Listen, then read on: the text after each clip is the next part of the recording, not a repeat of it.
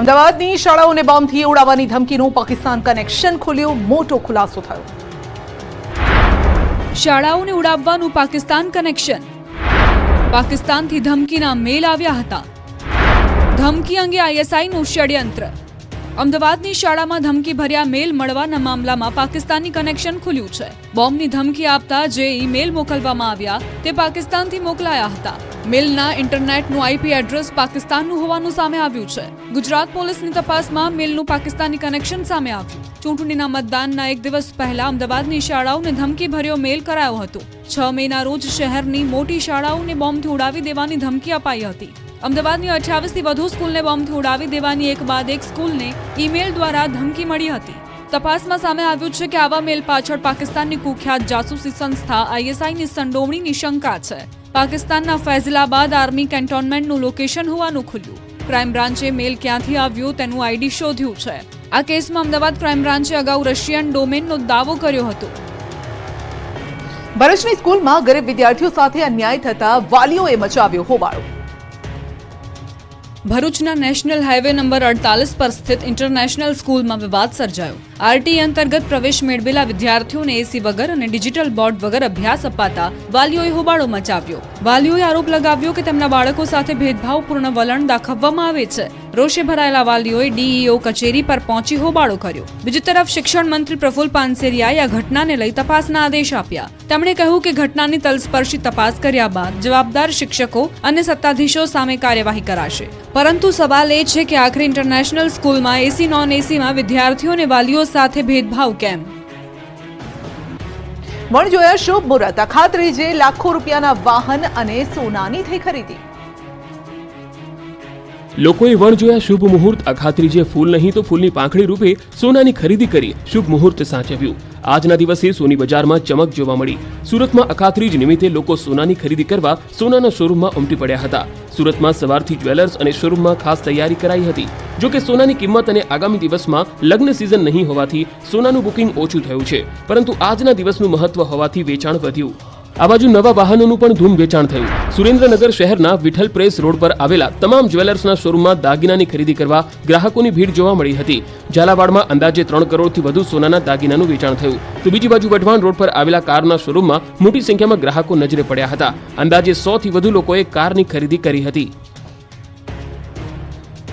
અખાત્રીજના દિવસે ભગવાન જગન્નાથ, બહેન સુભદ્રા અને ભાઈ બલરામના રથનું પૂજન. 7 જુલાઈએ 147મી રથયાત્રા નીકળશે. અખાત્રીજના શુભ દિવસથી ભગવાન જગન્નાથજીની રથયાત્રાની તૈયારીઓનો શુભારંભ થયો છે. 7 જુલાઈએ અષાઢી સુદ બીજના દિવસે 147મી રથયાત્રા નીકળશે. ભગવાન જગન્નાથ નગરચર્યાએ નીકળશે. ત્યારે અમદાવાદમાં રથયાત્રા પહેલા 3 રથનું પૂજન કરવામાં આવ્યું. ભગવાન જગન્નાથ, બહેન સુભદ્રા અને ભાઈ બલરામના રથનું પૂજન કરાયું હતું. જમાલપુર જગન્નાથ મંદિરના મહંત દિલીપદાસજી મહારાજ, ટ્રસ્ટી મહેન્દ્ર ઝા અને મેયર પ્રતિભા જૈન, શહેર ભાજપ પ્રમુખ અમિત શાહ સહિત સરસપુર મંદિરના ટ્રસ્ટીઓ અને મહંતોની હાજરીમાં રથનું પૂજન કરવામાં આવ્યું હતું. વિશિષ્ટ વૈદિક મંત્રોચ્ચાર સાથે પૂજન કરવામાં આવ્યું. સંતો, મહંતો અને શ્રદ્ધાળુઓની હાજરીમાં પૂજન વિધિ સંપન્ન કરવામાં આવી હતી. ભગવાનની ચંદન યાત્રા પણ થઈ હતી. ભગવાન જગન્નાથની રથયાત્રા નીકળે તે પહેલા રથનું સમારકામ કરવામાં આવશે. આગામી સમયમાં 108 કળશમાં જળ ભરીને ભગવાનની જળયાત્રા યોજાશે. હવે 7મી જુલાઈએ ભગવાન જગન્નાથની રથયાત્રા નીકળશે. મહંત દિલીપદાસજી અને ટ્રસ્ટી મહેન્દ્ર ઝાના હસ્તે પૂજન કરાશે. આ કાર્યક્રમમાં મંદિરના તમામ સભ્યો, ટ્રસ્ટીઓ તેમજ ભક્તો ઉપસ્થિત રહેશે. જામનગરમાં ખીજડા મંદિર નવું બનશે. 400 વર્ષ બાદ અક્ષય તૃતીયાના શુભ દિવસે જીર્ણોદ્ધાર શિલાન્યાસ કરાયો. જામનગરમાં ખીજડા મંદિરનો 400 વર્ષ બાદ અક્ષય તૃતીયાના શુભ દિવસે જીર્ણોદ્ધાર અને શિલાન્યાસ કરવામાં આવ્યો. જામનગરમાં આવેલા આદ્યપીઠ શ્રી 5 નવતનપુરી ધામ ખીજડા મંદિરનું અક્ષય તૃતીયા એટલે કે અખાત્રીજના શુભ દિવસે જીર્ણોદ્ધાર માટે શિલાન્યાસ કરવામાં આવ્યો છે. છોટી કાશી ગણાતા જામનગરના રાજવી જામ સાહેબ શત્રશુલ્યસિંહજી, 5 નવનપુરી ધામ ખીજડા મંદિરના આચાર્ય કૃષ્ણમણીજી મહારાજ આ સહિતના સંતો, મહંતો ઉપસ્થિત રહી સુંદર સાજી ભાવિકોની ઉપસ્થિત રહ્યા. શિલાન્યાસ સમારોહ સંપન્ન થયો હતો. આ પ્રસંગે પ્રણામી ધર્મના અનુયાયીઓએ ઐતિહાસિક ક્ષણના સાક્ષી બન્યા. નૂતન મંદિર નાગર શૈલીમાં બનાવવામાં આવનાર છે. આગામી 3 વર્ષ આસપાસ આ મંદિરનું નિર્માણ સંપન્ન થશે. જામનગરમાં લાલ ગુલાબી પથ્થરમાંથી ખીજડા મંદિરનું નવેસરથી નિર્માણ થશે. નિર્માણ કાર્યમાં 1.5 લાખ ઘન ફૂટ પથ્થરનો ઉપયોગ કરવામાં આવશે. આ મંદિરને કલાત્મક બનાવવામાં આવશે, જેના માટે અલગ અલગ ટીમો બનાવી સંતો મહંતો મંદિરનું નિર્માણ કરશે. આ સંપ્રદાયના 1200 થી પણ વધારે મંદિરો ભારતભરમાં છે અને 5 કરોડથી વધુ અનુયાયીઓ પણ ફેલાયેલા છે. અખાત્રીજના શુભ દિવસે ખેડૂતોએ વાવણીના કર્યા શ્રી ગણેશ, ખેત ઓજારોની કરી પૂજા. અખાત્રીજના શુભ દિવસે રાજ્યભરના ખેડૂતોએ વાવણીના શ્રી ગણેશ કર્યા. ખેડૂતોએ ટ્રેક્ટરની પૂજા અર્ચના કરી ખેતીનો પ્રારંભ કર્યો. આણંદના તારાપુર તાલુકાના કસબારા ગામે ખેડૂતોએ ખેતરમાં ટ્રેક્ટરનું પૂજન કરી ખેતીની શરૂઆત કરી હતી. કસબારા ગામના ખેડૂતોએ આવનારા વર્ષે સારો પાક થાય તેવી આશા વ્યક્ત કરી હતી. તો આ તરફ બનાસકાંઠામાં પણ ખેડૂતોએ અક્ષય તૃતીયાની ઉજવણી કરી હતી. ખેડૂતોએ ખેતરમાં ટ્રેક્ટરની પૂજા અર્ચના કરી ખેતીની શુભ શરૂઆત કરી હતી. પહેલાના સમયમાં ખેડૂતો હળ બળદની પૂજા કરતા હતા, પરંતુ હાલ હળ અને બળદનું સ્થાન ટ્રેક્ટરે લઈ લીધું છે. ત્યારે ખેડૂતોએ ખેતીના ઓજારોની પૂજા કરી આવનારું વર્ષ સારું જાય તે માટે પ્રાર્થના કરી હતી. અરવલ્લી જિલ્લાના ખેડૂતોએ વહેલી સવારે બળદોને હળ જોડી અખાત્રીજનું મુહૂર્ત સાચ્યું. અક્ષય તૃતીયા અખાત્રીજ ખેડૂતો માટે નવું વર્ષ ગણાય છે. ખેતીના નૂતન વર્ષ સમાન આજના દિવસે ખેડૂતોએ બળદોને હળથી જોડી ખેતી કાર્યની શુભ શરૂઆત કરી. ત્યારે અરવલ્લી જિલ્લાના ખેડૂતોએ અખાત્રીજના શુભ મુહૂર્તમાં ખેતી કાર્યની શરૂઆત કરી છે. ધરતીપુત્રોના પરિવારના સભ્યો દ્વારા હળ જોડી ખેતી કાર્યની શરૂઆત કરવામાં આવી. ખેડૂતોએ સવેડું, કડિયું, સમાર જેવા સાધનોનું પૂજન કરી મુહૂર્ત સાચવી લઈ ખેતીનો શુભારંભ કર્યો છે. અરવલ્લીના ખેડૂતો પણ મોં મીઠું કરાવી નવા ઉમંગ સાથે કૃષિના શ્રી ગણેશ કર્યા. માત્ર આ વર્ષે જ નહીં, દર વર્ષે ખેડૂતો વર્ષો જૂની પરંપરાને આધારે પૂજન કરી પરંપરા નિભાવે છે. ખાસ વાત તો એ છે કે પ્રગતિશીલ ભારતમાં ખેડૂતો આધુનિક ખેતીના ઓજારોનો ઉપયોગ કરી રહ્યા છે અને નવી નવી ટેકનોલોજીનો પણ ઉપયોગ કરી રહ્યા છે. છતાં વર્ષો જૂની પરંપરા ભૂલ્યા નથી. આજે પણ વસુંધરાની સાથે સાથે ખેતીના નવા જૂના તમામ ઓજારની વિધિવત રીતે પૂજા કરી રહ્યા છે. વર્ષો જૂની ચાલી આવતી પરંપરાને નિભાવી ખેડૂતોએ હળોતરા કર્યા હતા. ભાવનગરમાં જમાદાર કેરીની ખેતી કરતા ખેડૂતો થયા માલામાલ. મણના ભાવ 4,500 સુધી મળ્યા. ભાવનગરમાં જમાદાર કેરીની ખેતી કરતા ખેડૂતો માલામાલ થયા છે. જમાદાર કેરીની મબલક આવક અને ભાવ પણ સારા મળતા ખેડૂતો ખુશખુશાલ છે. યાર્ડમાં સોસિયાની જમાદાર કેરીની પણ આવક શરૂ થઈ ચૂકી છે, જેમાં એક મણના ભાવ ₹2,000 થી લઈને 4500 સુધીના જોવા મળ્યા છે. યાર્ડમાં મોટા પ્રમાણમાં જમાદાર કેરીની આવકની શરૂઆત થઈ છે. ભાવનગર જિલ્લામાં 9,000 હેક્ટર જમીન કરતાં પણ વધારે કેરીનું વાવેતર થાય છે. અહીંયાથી મોટી માત્રામાં આંબાની કલમો તૈયાર કરીને અન્ય રાજ્યમાં મોકલવામાં આવતી હોય છે. અહીંના મોટાભાગના ખેડૂતો બાગાયતી ખેતી કરી મબલક આવક મેળવે છે. તો ભાવનગર જિલ્લામાં સોસિયા, તળાજા, મહુવા, જેસર સહિતના પંથકમાં કેસર કેરીના બગીચા આવેલા છે. માર્કેટમાં કેસર કેરીની આવક શરૂ થઈ છે, તેમજ માર્કેટિંગ યાર્ડમાં અથાણાની કેરી તેમજ મુરબ્બાની કેસર કેરીની આવક પણ શરૂ થઈ ચૂકી છે. કેસર કેરીનો ભાવ ₹2,000 થી લઈને 4500 સુધી જોવા મળ્યો. તો અથાણા બનાવવાની દેશી કેરીની પણ આવક થઈ છે, જેના એક મણનો ભાવ ₹800 થી લઈને 1500 સુધી નોંધાયો હતો. ત્યારે લોકો ઊંચા ભાવ આપીને પણ તેની ખરીદી કરી રહ્યા છે. પંચમહાલના કુવાઝર ગામની ચૂંટણીનું 2.5 વર્ષે આવ્યું પરિણામ.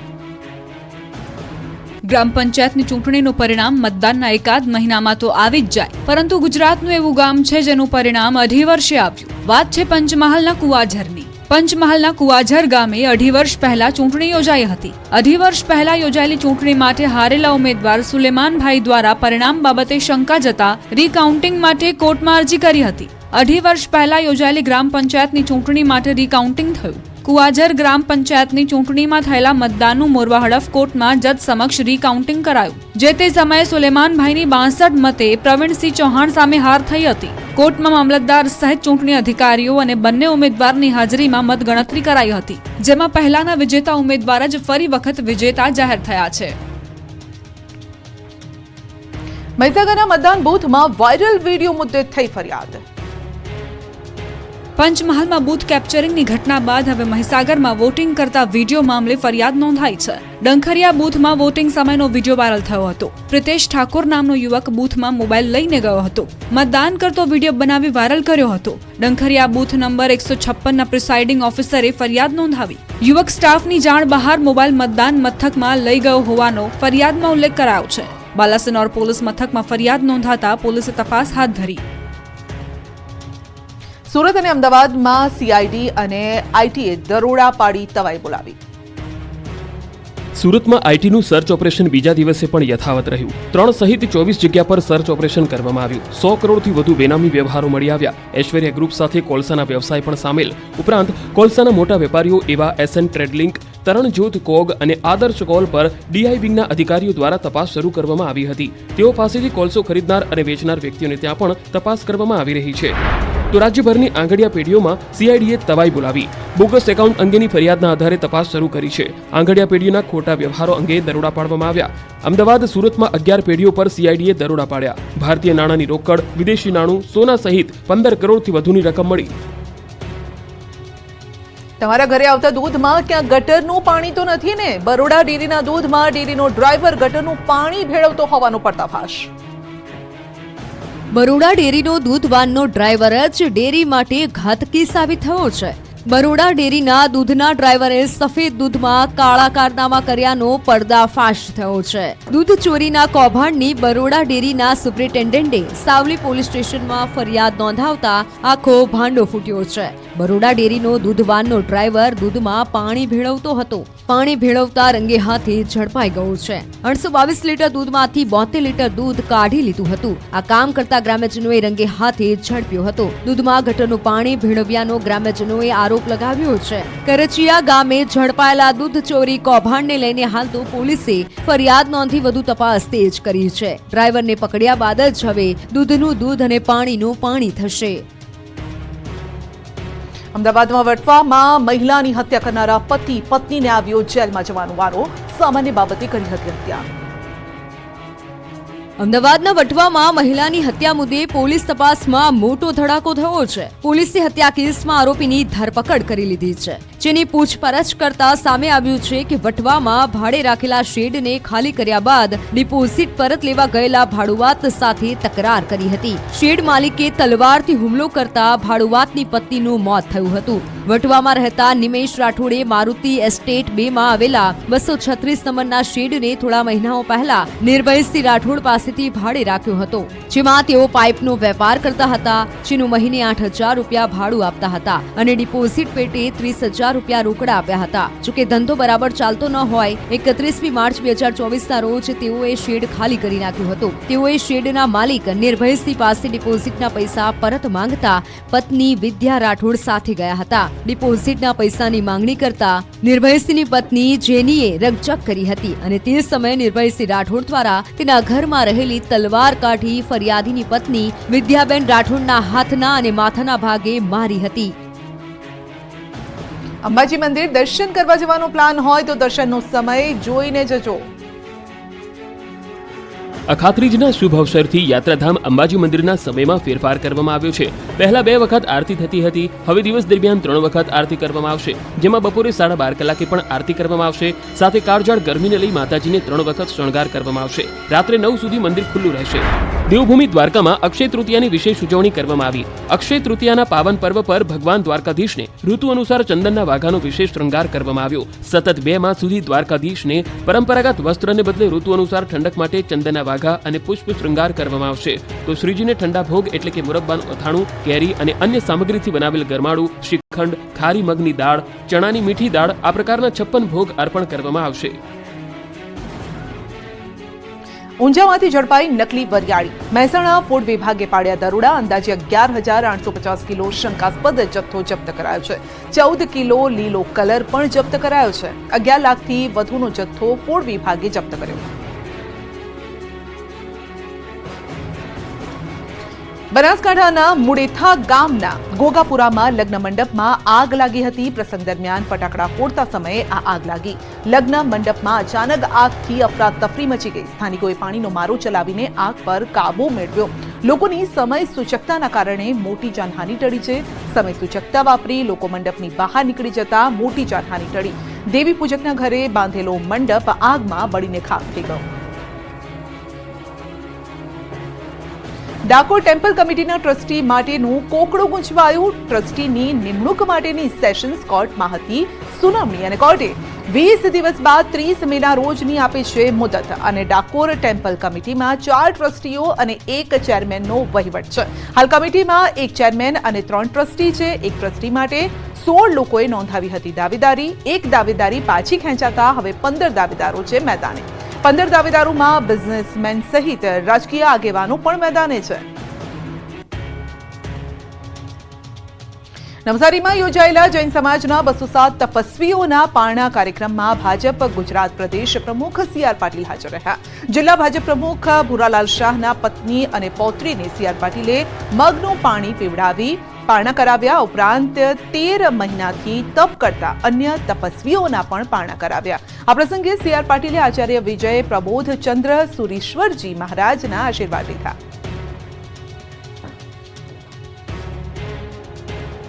ગુજરાતમાં મતદાન બાદ ભાજપમાં વિરોધના આવ્યા છે ઉભરા અને રાદડિયા. સંઘાણી બાદ નારણ કાછડિયા ભાજપ સામે બગડ્યા. મતદાન પછી ભાજપનો આંતરિક અસંતોષ સપાટી પર. ગુજરાતમાં લોકસભાની ચૂંટણી પૂર્ણ થયા બાદ ભાજપનો આંતરિક વિખવાદ સપાટી પર આવી ગયો છે, જેની આ 3 તસવીર છે.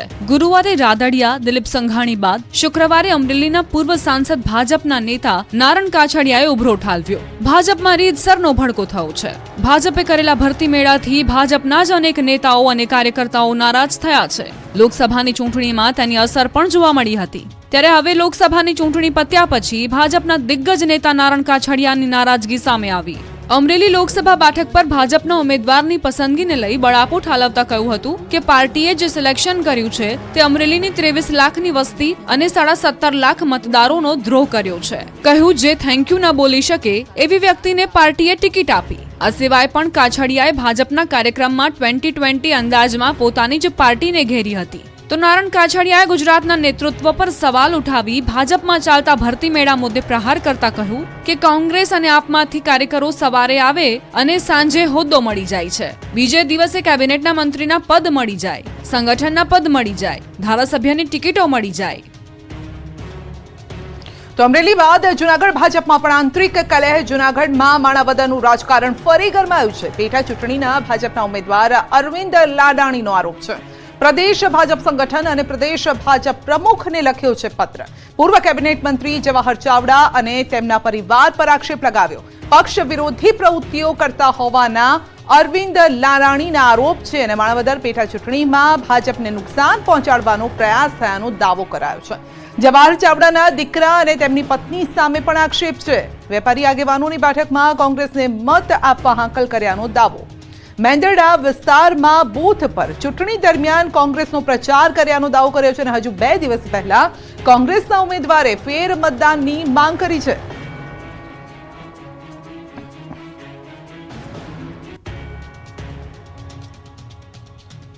₹65,000 કરોડથી વધુનું ટર્નઓવર ધરાવતી સૌથી મોટી સહકારી સંસ્થા ફરી દિલીપ સંઘાણીના હાથમાં બિનહરીફ ચૂંટાયા. ગુરુવારે ઇફકોના ડિરેક્ટરની ચૂંટણીમાં જયેશ રાદડિયાની જીત થયા બાદ હવે સૌથી મોટી સહકારી સંસ્થાના ચેરમેન બન્યા છે દિલીપ સંઘાણી. 65,000 કરોડથી વધુનું ટર્નઓવર ધરાવતી ખેડૂતોની સૌથી મોટી સહકારી મંડળી ઇફકોના ચેરમેન તરીકે દિલીપ સંઘાણીની નિયુક્તિ થઈ છે. તો વાઇસ ચેરમેન તરીકે બલવીરસિંહની બિનહરીફ નિયુક્તિ થઈ છે. 21 ડિરેક્ટરોની મળેલી બોર્ડ મિટિંગમાં સંઘાણીને ફરી એકવાર ચેરમેન તરીકે તો બલવીરસિંહને વાઇસ ચેરમેન તરીકે નિયુક્ત કરવામાં આવ્યા છે. મૂળ અમરેલીના એવા સંઘાણી ખેડૂતોની અનેક રાષ્ટ્રીય અને આંતરરાષ્ટ્રીય સંસ્થાઓ સાથે છેલ્લા 4 દશકથી જોડાયેલા છે. જયેશ રાદડિયાને જીતાડી તેમજ આજે બિનહરીફ ચેરમેન તરીકેનો જંગ જીતી સંઘાણીએ ઇફકોમાં પોતાનો ઋતબો જાળવી રાખ્યો છે. ચેરમેન તરીકેની દિલીપ સંઘાણીની આ બીજી ટર્મ હશે. આગામી 5 વર્ષ માટે સંઘાણીની ઇફકોના ચેરમેન તરીકેની નિયુક્તિ થતાં તેમના સમર્થકો અને ખાસ કરીને તેમના વતન અમરેલીમાં જશ્નનો માહોલ છે. આ બાજુ ચૂંટણીમાં હાર બાદ બિપિન પટેલે સંઘાણીને અભિનંદન સાથે ટોણો માર્યો. કહ્યું દિલીપભાઈ વિધાનસભામાં જીત્યા હોત તો આનંદ થાત. જીત્યા એ બદલ તેમને હૃદયપૂર્વકના અભિનંદન પાઠવું છું. સાથે સાથે ભારતીય જનતા પાર્ટીએ માન્ય દિલીપભાઈને વિધાનસભાની ટિકિટ આપી હતી